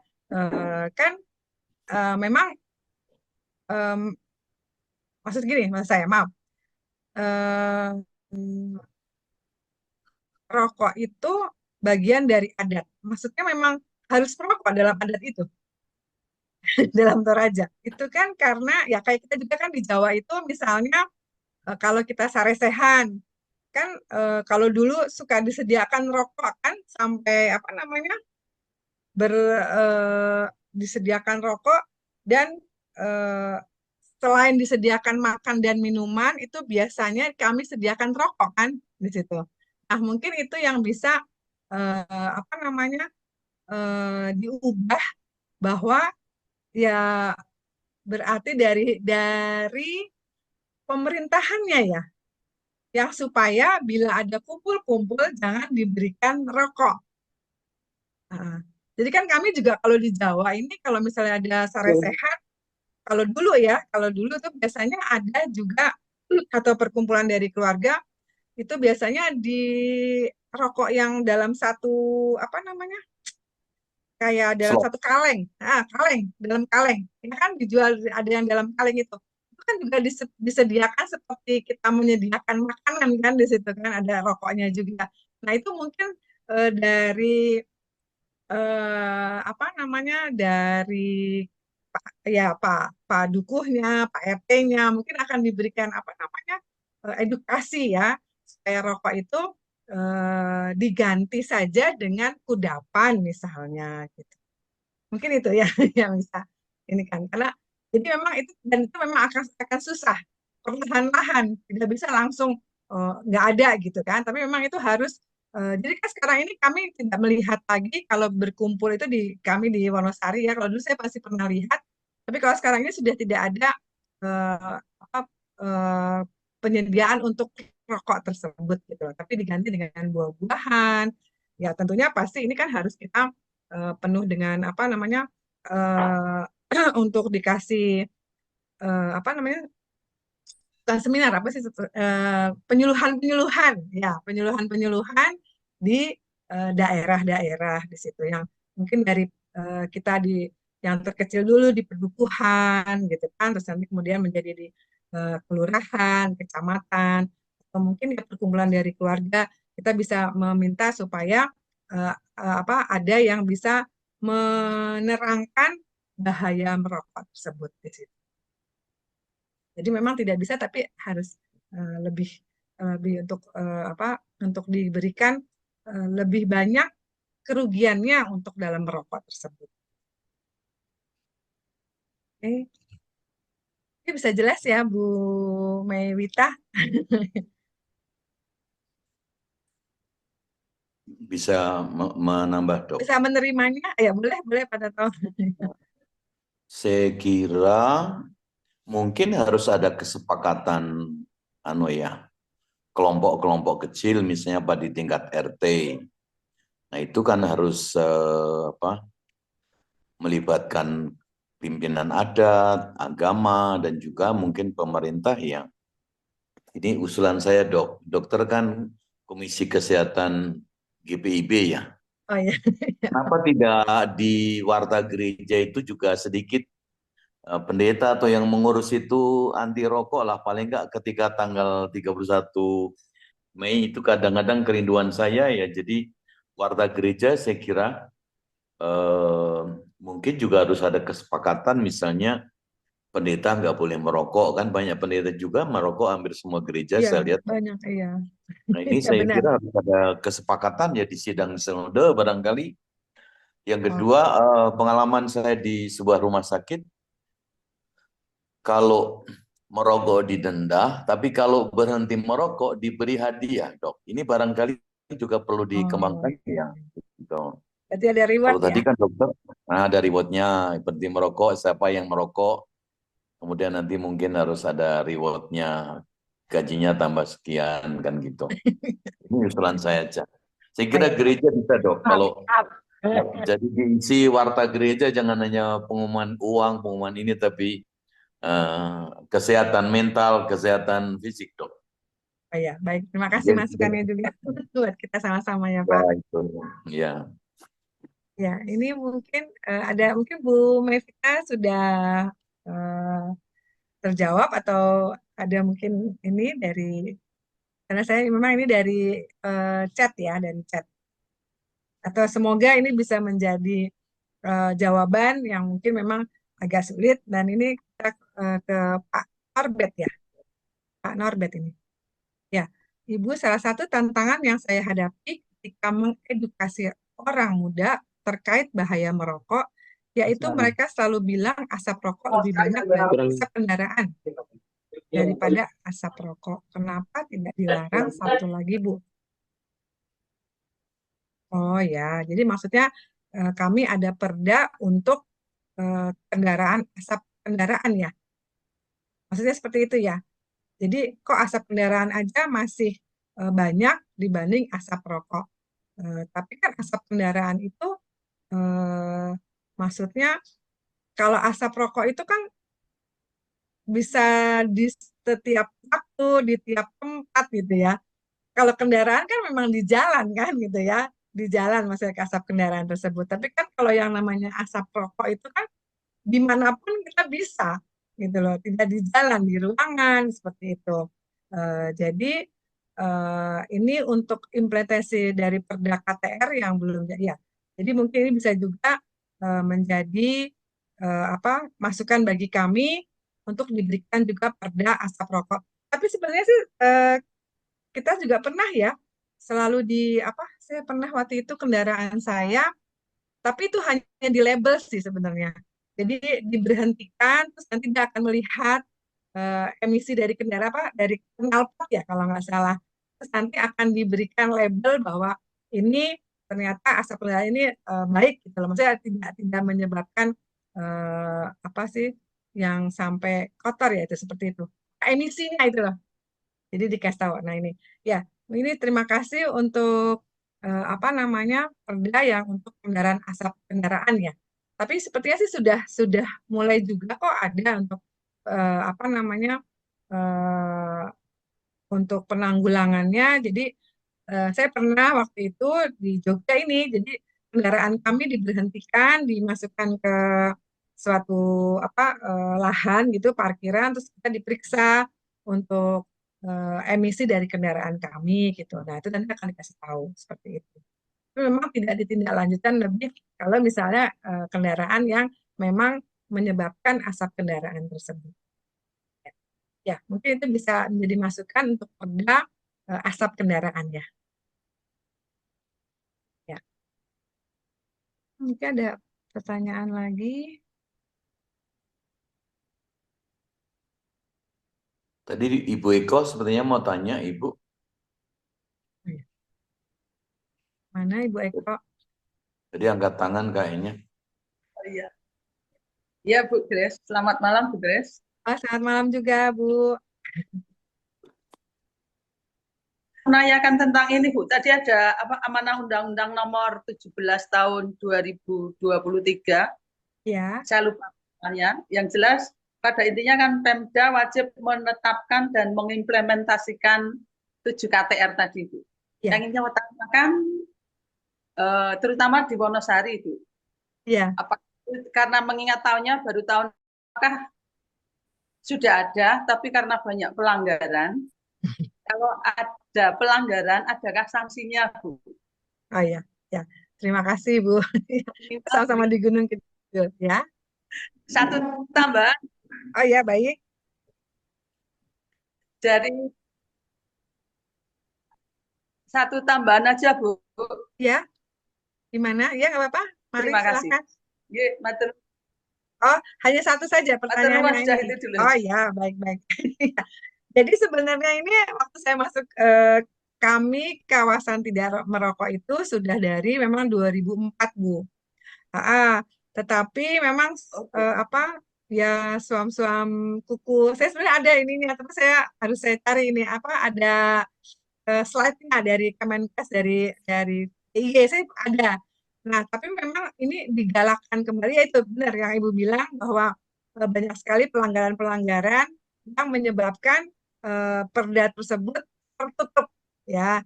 Nah, ya. Sudah ada. Jadi Ya, sekarang ini mulai digalakkan kembali, Bu. Jadi nanti ini lebih ada perbubnya gitu kan, ada perbubnya.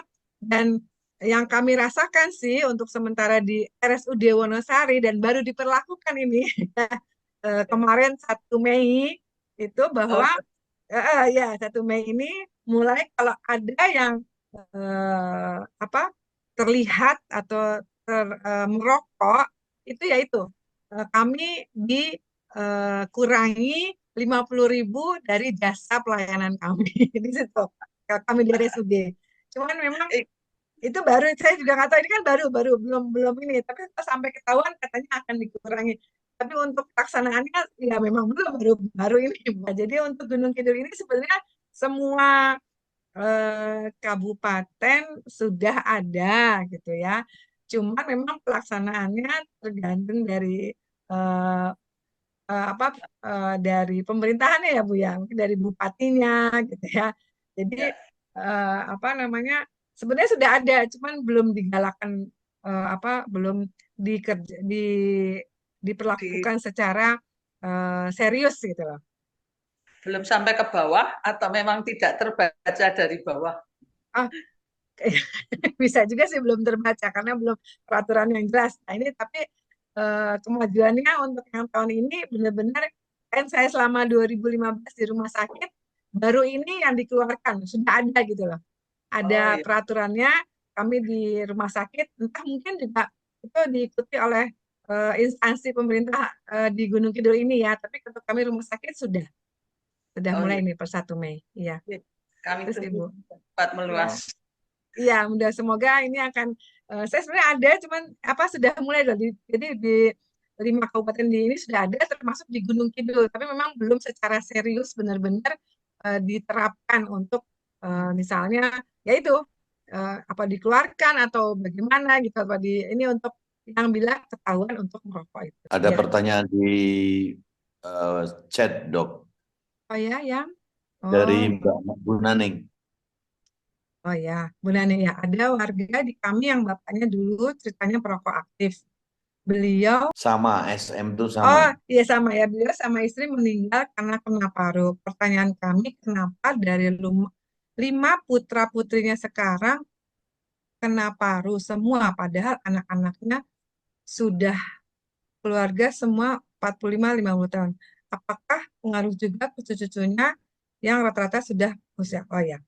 Jadi memang kan tadi kan dibilang bahwa zat-zat kimia itu yang terdapat di dalam rokok itu yang dihisap, yang kalau nanti dia terus-menerus akan menyebabkan kerusakan-kerusakan pada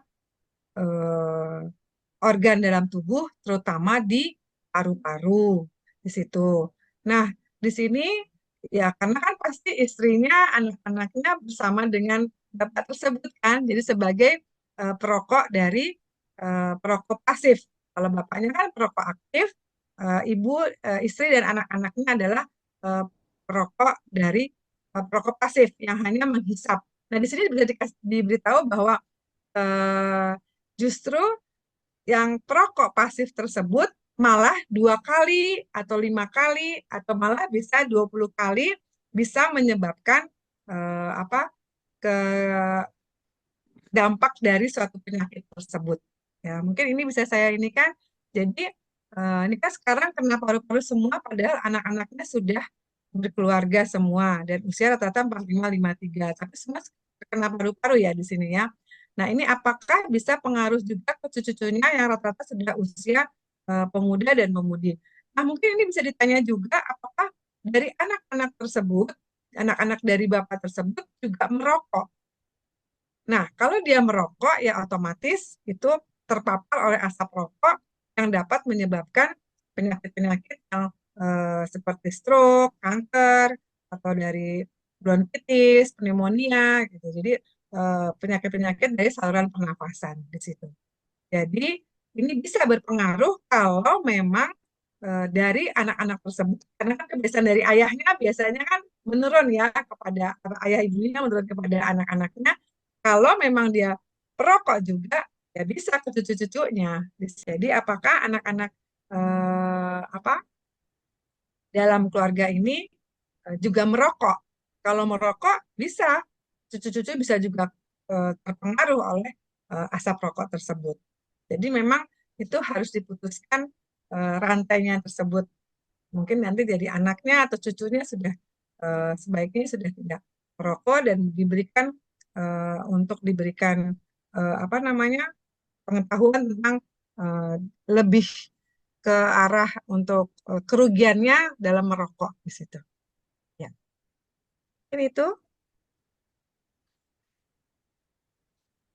Baik, masih adakah tanggapan atau pertanyaan dari Bapak Ibu semua? Tapi memang ini kebiasaan sih ya Pak ya, dalam merokok itu memang kebiasaannya itu kan karena memang ada apa zat-zat aktif dopamin tersebut, nikotin itu menyebabkan terbentuknya dopamin yang menyebabkan kita ketagihan terus. 5 anaknya ini kan sudah dewasa semua, Oh sudah ya, sudah berkeluarga semua, dan kebetulan dia tidak perokok semua. oh karena Anaknya sudah. kan ya putra putri kebetulan tidak perokok semua. Cuman kemarin waktu COVID yang nomor 1 tiba-tiba dia kena COVID, kesek, terus sampai meninggal sama istrinya. Jadi anaknya masih muda-mudi, sekarang SMA sama kuliah itu bapak ibunya udah tidak ada semua. Nah adik-adiknya ini laki perempuan juga kena semua, tapi tidak perokok, tidak ada yang perokok. Oh, maksudnya kena sakit paru-parunya, sakit paru-paru apa ya Bu? Ada yang kena paru-paru di kelenjar. Oh, berarti apa paru-paru maksudnya TBC atau dari pengaruh? Beda soalnya Bu. Dia kenanya karena ketahuannya sudah berkeluarga semua. Jadi yang teman kami ini 2 perempuan-perempuan ini itu satunya kena TB paru, jadi ada benjolan-benjolan itu. Tapi kemudian sebelum dioperasi kami ingatkan kok nggak jadi operasi, dia pengobatan 6 bulan. Terus Oh yang iya. perempuan yang satunya sekarang baru pengobatan, tapi tidak ada ini, cuma dia didiagnosa kena paru. Terus adiknya yang satu lagi perempuan sudah kondisi agak parah memang. Jadi karena dulu sering diambil, sering di apa namanya, pertama kali itu karena berdos itu loh, maaf namanya apa. Nah itu diambil, dioperasi, karena itu sampai sekarang kondisinya ya menurut kami tidak baik karena terus ada penyakit penyerta lainnya. Jadi kayak yang terakhir kemarin dia harus angkat kandungan karena ada miom. Sampai kadang-kadang tidak bisa jalan, kadang-kadang ini pada masih muda sekali, masih usia di bawah saya, jadi masih 50-an. Belum ada kok 50, 45 mungkin sekitar itu. Yeah. Ya, maksud saya gini, berarti dari 5 putra putrinya ini memang ada yang TB paru, gitu ya Pak ya Bu ya. Kalau Betul, ya.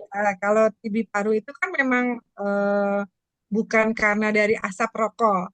Kalau TB paru itu memang dari bakteri, bakteri dari dalam paru tersebut, terus kemudian menjadikan mungkin dia apa namanya tidak berobat secara teratur bisa sehingga kumannya itu semakin banyak gitu ya istilahnya, jadi menyebabkan malah sudah menyebar kemana-mana atau untuk paru-parunya tersebut TB paru itu, dan itu kan sebenarnya bisa sembuh untuk TB paru asal dia berobat dengan teratur gitu, dan memang dengan berobat teratur itu kan juga obat-obatnya besar ya, terus nanti harus dicek lagi di situ ya, tapi kan dengan dia jadi istilah TB parunya kondisinya sampai sebatas mana, karena kalau sudah merusak paru pun juga akan sulit memang untuk apa, jadi hanya untuk istilahnya maintenance aja gitu, karena memang sudah paru-parunya itu sudah tidak berfungsi dengan baik gitu loh, bisa dari situ.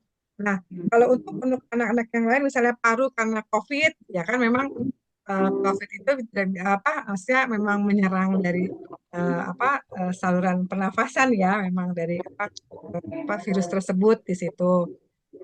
Terus kemudian Jadi hampir semua ke arah paru-paru ya Bu istilahnya ya. Ya, ya Ah, kebetulan. iya. Jadi eh, bisa juga sih pada saat dia menjadi perokok pasif istilahnya pada waktu dia muda karena terpapar terus ya kan oleh ayahnya itu bisa juga saya bisa kan karena tadi sudah tahu bahwa bisa menyebabkan lebih daripada perokok tersebut di situ. Tetapi juga dipengaruhi oleh faktor-faktor yang lain mungkin ya. Karena kan bisa juga dengan dia apa dari pola makannya apa namanya secara dari pola makan, dari lingkungan itu juga sangat mempengaruhi. Nah, untuk mungkin anak-anaknya karena berini langsung dan kemudian kan apa nih anak-anaknya ini takut ke cucu-cucunya itu kan ke anaknya kembali itu. Tetapi kan kalau memang dia sudah tidak merokok, terus kemudian pola makan maupun juga lingkungannya baik, sepertinya sih tidak terpengaruh kepada cucu-cucunya tersebut di situ. Apalagi sudah ada mereka itu komitmen dari anak-anaknya tidak mau merokok. Tapi kan memang anak-anaknya ini terpapar pada waktu itu dalam sebagai perokok pasif. Jadi tapi apa pengaruh juga itu sepertinya sih tidak ada. Dan kalau untuk memang apa dan juga ada faktor misalnya cucu-cucunya itu yang bila masih kecil-kecil diberikan vaksin juga apa tidak di situ loh. Kan kayak vaksin BCG itu kan juga untuk apa paru-paru. Dan sekarang sudah dewasa tapi sehat-sehat nggak Bu anak-anak tersebut? Sehat, puji Tuhan, sehat-sehat Oh, puji semua. Tuhan ya sehat-sehat ya. Berarti kan memang jadi memang kan kalau cucu-cucunya kan mungkin sudah waktu itu tidak terpapar langsung ya bisa karena ternyata dari ayah sama ibunya ya anak-anak bapak itu kan sudah tidak merokok juga gitu loh. Jadi memang yang tadi saya bedakan bahwa anak-anaknya tersebut berarti itu karena perokok pasif tersebut. Tetapi ada faktor-faktor lain tidak fokus kepada perokok itu tersebut. Karena bisa juga kan dengan daya tahan tubuhnya, terus mungkin apa ya waktu itu sedang COVID seperti itu. Karena memang dari paparan asap rokok juga bisa juga sih memang yang tadi bilang misalnya kena kanker leher rahim atau dari kalau mioma itu berarti ini Bu apa hormon biasanya mioma. Jadi bukan karena paparan rokok tapi dari hormon. Mungkin itu Bu yang bisa saya sampaikan. Ye, matur nuwun Ya, dokter. ya sama-sama gitu ya. Ye. Ya. Monggo ada yang mau bertanya lagi? Oh ya, Bu Lulu, silahkan.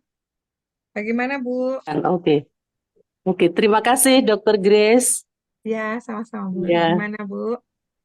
senang sekali saya baru pertama kali memang kenal dengan Akpin ya. Oh ya. Iya, baru kenal. Senang mendapat kesempatan bergabung di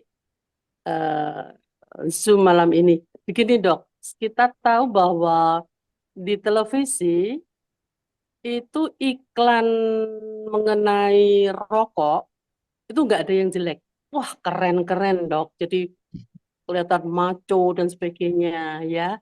Jadi itu saya khawatirnya itu justru memberikan edukasi pada masyarakat. Ini loh, dek ngerokok itu keren, maco gitu ya. Kenapa dari kita-kita kalau kalau memberikan edukasi dengan sungguh-sungguh, dengan semangat, tapi di sisi lain kita melawan kayak kayak advertensi yang yang yang cukup menakutkan ini apa yang bisa kita lakukan ya dok? Jadi melawan yang terlalu kuat gitu. Soalnya memang menurut saya dilematis sekali. Di satu sisi pemerintah membutuhkan dana, membutuhkan opo kuwi yo, cukai ya, cukai Iya, rokok dana tuh ya, cukai. itu loh mungkin yang membuat pemerintah masih kayak membolehkan gitu ya iklan itu ada. Walaupun dibatasi mulai jam 10. Sekarang kayaknya jam 10. Tapi masih colorful dan iklannya nggak ada yang jelek. Cakep-cakep gitu ya. Jadi saya prihatin banget.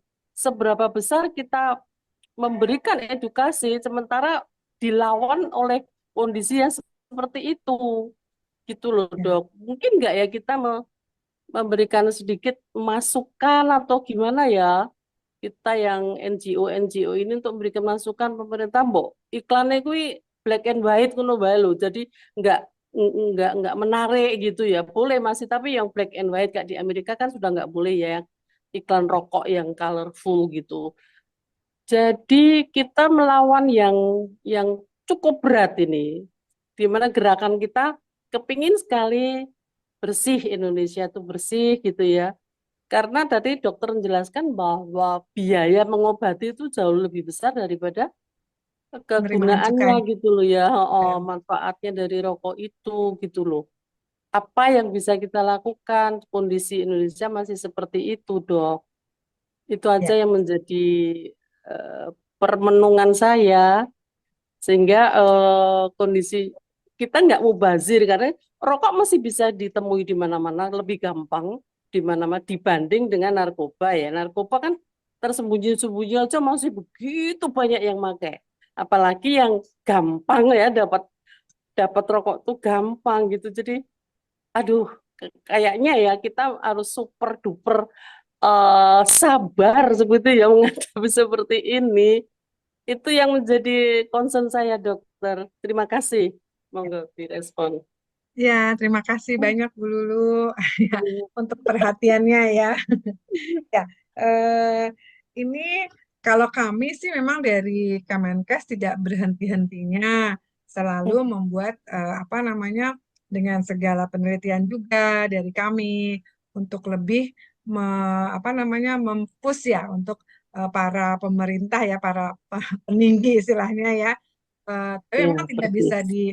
tidak bisa dipungkiri Iya. apa, untuk walaupun kita sudah membuktikan istilahnya ya kan, membuktikan kepada petinggi-petinggi itu untuk supaya lebih memperhatikan eh, apa namanya, eh, eh, apa, ininya, bahayanya merokok Bahaya, gitu ya, ya, bahayanya. bahayanya merokok dibanding dengan apa, pemasukannya di situ ya. Iya, betul, Cuman memang betul. ini jadi memang kami dari Kemenkes ini lebih ke langsung ke apa ya, pribadi-pribadi ya, langsung ke rakyat. Misalnya ya Oke. kayak PKK, terus ke dari RT gitu kan, RT, RW, anak-anak sekolah. ya Iya. pedukuhan, lalu kemudian kami ke anak-anak sekolah di situ kan juga. Jadi kami tetap berusaha di situ ya, Iya, untuk supaya memberikan penyuluhan-penyuluhan tentang kesehatan, iya, untuk bahaya iya. merokok, dan Iya. ya itu salah satunya ini ya juga KTR itu, jadi kawasan untuk tidak merokok.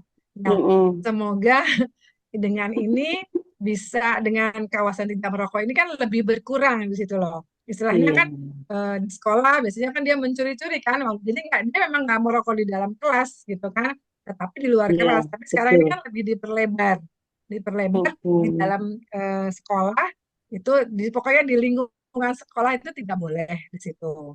Dan itu pasti ada punishment, ada hukuman-hukuman yang memberikan supaya dia jera gitu ya, atau mungkin juga apa, dari guru-guru BK ya, guru-guru BK ya misalnya, Iya, itu bisa memotivasi apa, supaya merokok itu diganti dengan yang lebih positif, istilahnya banyak untuk kegiatan-kegiatan dari ekstrakurikuler di situ. iya, Mungkin itu. iya, Kak. Jadi kita tidak kurang-kurangnya selalu memperingatkan kepada, ya nggak Iya, usah itu ya, nggak usah yang tinggi-tinggi ya Bu ya, ke bupatinya saja juga kadang-kadang kok masih dalam lingkungan di pemerintahan daerah masih ada yang merokok betul. di situ ya. Persis, Tapi ya, ya. tapi mungkin ini kita tidak putus-putusnya untuk Iya, selalu benar. memberikan pengetahuan terutama kepada anak-anak kita melalui dari SD, SMP, karena SD juga Iya, saya pernah menemukan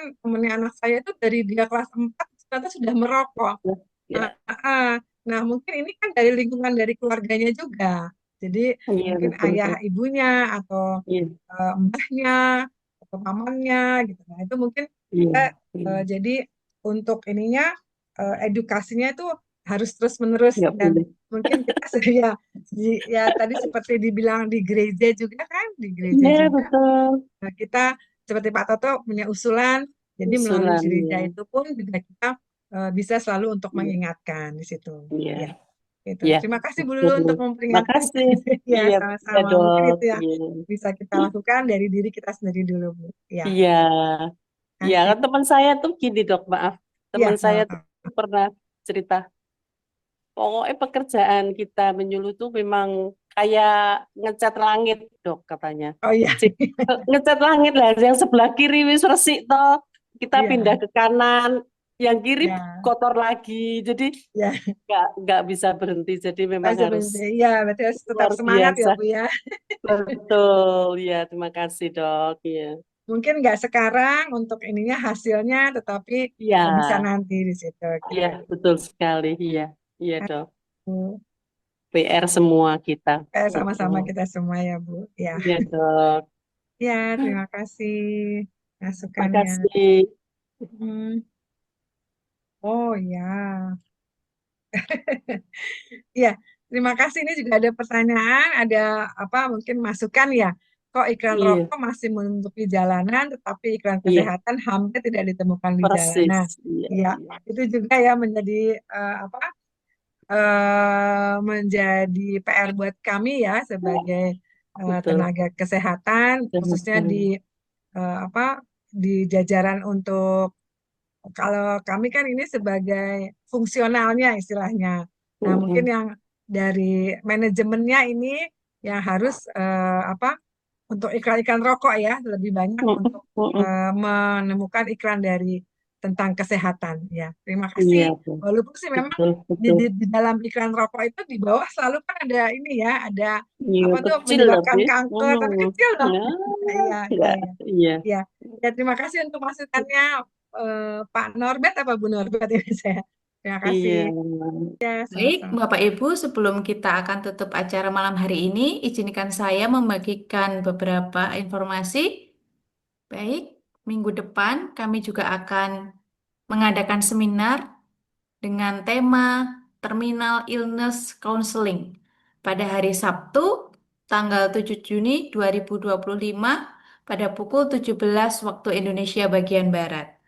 Bagi Bapak Ibu yang berminat untuk mengikuti Zoom, silakan menghubungi kami melalui 0857 4114 7333. Lalu informasi yang kedua, jika Bapak Ibu memerlukan e-sertifikat, juga dapat menghubungi kantor Seknas Akpin dengan nomor yang sama di 0857 4114 7333. Biaya sertifikat atau donasi untuk e-sertifikat itu sebesar 25.000 untuk mahasiswa, kemudian 50.000 untuk umum. Dana yang kita kumpulkan ini akan kita gunakan untuk nanti seminar di Bali G. Begitu. Terima kasih. Jika ada pertanyaan atau mungkin hal-hal lain yang ingin Bapak Ibu sampaikan, bisa menghubungi kami juga di nomor yang sama. Terima kasih. Baik, Pak Toto, apakah ada tambahan? Eh, saya tambahkan sedikit, saya buka ya. Silahkan, Pak. Bapak Ibu semua, barangkali tadi Ibu Lulu ada yang baru mengenal Akpin. Akpin itu singkatan dari Asosiasi Konselor Psikospiritual Indonesia. Konselor psikospiritual adalah bagian dari layanan konseling kesehatan mental. Memang ketika kita bicara mengenai konseling psikospiritual itu adalah sesuatu yang baru di Indonesia. Bukan hanya soal konseling psikospiritual, konseling kesehatan mental juga masih sesuatu hal yang baru. Di Akpin ada 2 level. Yang pertama adalah caregiver untuk psikospiritual atau pendamping psikospiritual, menjadi associate member. Dari waktu ke waktu, Akpin juga melakukan pelatihan untuk menjadi associate member, artinya menjadi pendamping psikospiritual. Di samping itu, kalau Bapak Ibu ada yang menginginkan menjadi konselor profesional tentu harus melalui pendidikan khusus, memenuhi persyaratan lulusan prodi tertentu. Bisa juga kami melakukan pendidikan profesi, mengikuti kuliah intensif, dan sesudah itu harus mengikuti praktikum seperti dokter selama 11 sampai 12 bulan. Minggu depan barangkali ini sesuatu yang masih asing juga bagi masyarakat Indonesia. Kami Adpin dari waktu ke waktu memperhatikan sesuatu yang barangkali oleh organisasi lain belum diperhatikan. Jadi di minggu depan kita akan melakukan seminar seperti sekarang ini mengenai bagaimana mendampingi atau melakukan konseling bagi orang-orang yang menderita sakit tanpa harapan. Terminal illness itu adalah penyakit yang oleh dokter dinyatakan tidak ada harapan, artinya kalau tidak ada harapan itu berarti akan meninggal dunia. Dan ini satu hal yang baru di Indonesia. Mudah-mudahan Bapak Ibu juga bisa menghadirinya, mengajak kiri kanan dan sebagainya. Itu bagian dari pelayanan Adpin kepada masyarakat di seluruh Indonesia. Barangkali itu Mbak Lina tanggapan saya atau tambahan saya persilahkan. Baik, terima kasih Pak Toto atas tambahannya. Sekali lagi, terima kasih kami sampaikan kepada Dr. Grace untuk waktu, tenaga, dan semua yang sudah diberikan kepada kami malam hari ini, dan semoga nanti kita bisa dipertemukan di dalam kesempatan yang lain. Begitu ya, Dokter? Baik, Bapak Ibu, Terima kasih, Dr. untuk Grace. menutup perjumpaan malam hari ini, kita akan berdoa di tempatnya masing-masing. Berdoa mulai.